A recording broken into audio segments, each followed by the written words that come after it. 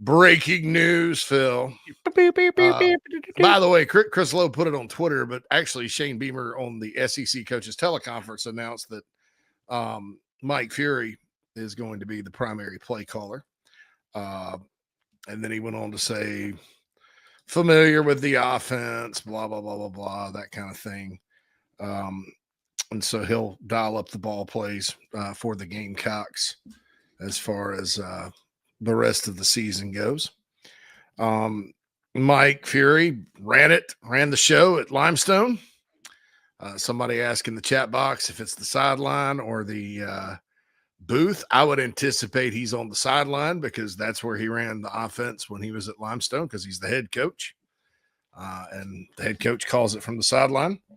I don't think one thing's better than the other. I've seen good on the sideline. I've seen bad on the sideline. About the only thing I saw with regards to that was the one time, like in the opener in 2017, the headsets malfunctioned at Bank of America Stadium. Oh, yes. And Kurt Roper had to come down to the sideline, and the daggone offense looked good. Came up and down the field, looked like he could see better. Then he went back in the booth, and we know what happened at the end of that tenure. So yeah, it's 6 of one, half dozen of another. In my opinion, if I were Shula, I probably would have tried it from the booth. At some point.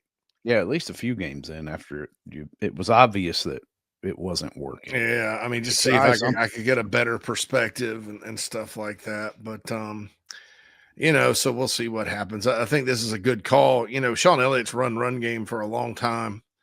I don't know if he's ever called a pass game, maybe at App State a little bit, but his specialty is run game. And so, I think if you want somebody that's run an offense before, Mike Furrey was the obvious choice. Did a great job at Limestone. I have a big article out for members on thebigspur.com. I mentioned in there, I don't expect miracles. I do think there's a lot of ways to look at it as far as, there are plays in the playbook, I think, to do something different, right? Because it's a big playbook. All these guys have pretty big playbooks. Beamer was mentioning about carrying 65 plays into a game at some point this year. I'm like, well, that's quite a bit. And I mentioned on coffee this morning, scale back and attack. Scale back and attack. And, Furrey's got a pretty aggressive personality. Of course, that's got to mesh with the quarterback too. So that they've got some things that are doable, but they have to find a way to do them in a short amount of time. Right. So I don't know that I expect miracles, but like I also said in my article, I think it helps him being the receivers coach because those guys try to find their guys ways to get open, things like that. At receivers. Well, what you do is you just look at the games. You look at the first series of every game, and then you look at, if that one didn't end in a touchdown, you go to the first touchdown series of every game, right? And just pull from there. That should be what you have. And because those plays were working. That's the thing, is that there were plenty of plays that worked. I just think that, between Sellers' regression and the fact that you just couldn't put it together in game to call them in a successful way is what kind of puts us here. So I don't know if you need 65 plays to come into a game. Yeah, it's just you gotta scale back and attack. I love that. When I saw that this morning, I was like, that is perfect. Yeah, I've been on a roll. That's almost as good as aggressive, creative, and fun. Well, Mike Furrey's offense, and again, he's not going to be installing. It's impossible to install a whole new scheme and playbook in 2 weeks. I do think you could put plays in. I think 4 or 5 run, 4 or 5 passes.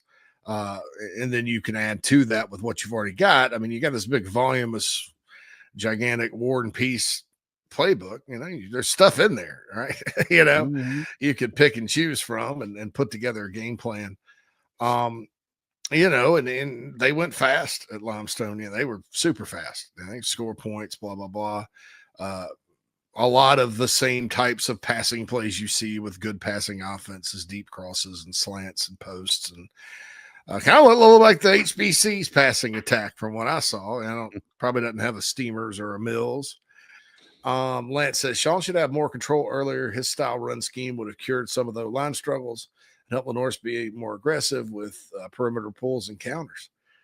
I don't know why he wasn't part of the run game last year when he came in. I mean, he was given the title run game coordinator, right? So that just makes no sense to me. I mean, because he's a guy, people can say what they want about his last couple of offensive lines here. They can say what they want about him losing the Citadel as the head coach and the interim and all that. I think people have very short-term memories that don't think he's an excellent offensive line coach. Especially when he has players.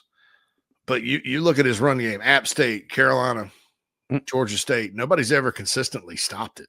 No. I mean, seriously, there's not a game you go and look at, well, they only rush for -9 rushing yards.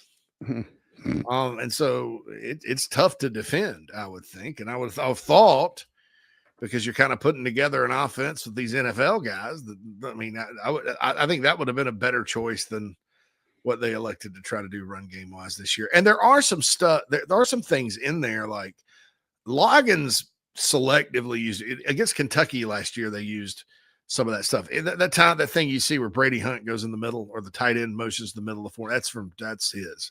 Yeah. And they used it some against Alabama and used it last year at Kentucky, but and I think they tried some of it against Ole Miss too, but I think it's much better if he's just the guy, okay, here's what we're going to do.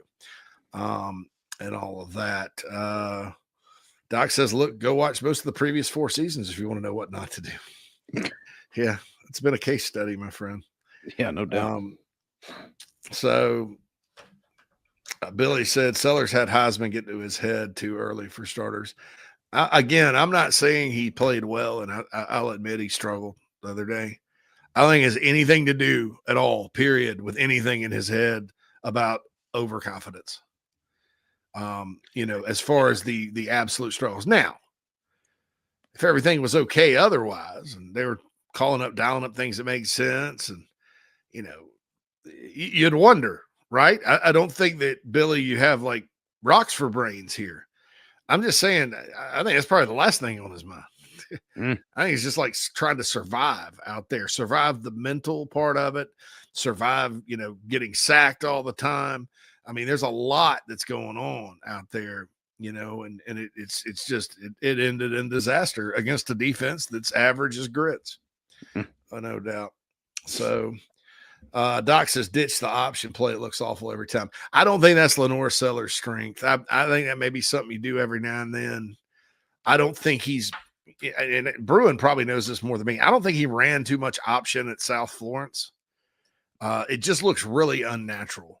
Yeah, I think you're better off him countering him, like quarterback keeper around the edge or something like that. Lance has a nickname, the Fury Road offense. Fury Road offense, yes. Fury Road. Harrison says, yeah, we're in speed option a good bit. The last 3 games hadn't worked at all. No, not at all. I would scrap that. That's some of that's like Georgia State-esque stuff, but I just don't know. Lenoris doesn't look good running that for some reason. And I think anything that he doesn't look natural doing, you scrap it. You get rid of it. Right. Burn it. Take it and burn it. Ethan says, y'all know, Fury will be getting his receivers the ball, hopefully spread it out more consistently. And then Ethan mentions that Fury's fixing to be the permanent full-time OC. Cross that bridge when we come to it. Obviously, though, if he's got some great plan and they go up and down the field. If the offense looks, capable and dominant over the next 3 games, and you come away 3-0 and have put up, 300 to 400 yards a game and 30 points, I think you consider. I don't think anybody should rule anybody out, right? Mm-hmm. And that includes whatever they do now. We'll see. Obviously, there has to be massive amount of improvement and all that good stuff. JC and Mad Dog Mully on the Gamecock Show.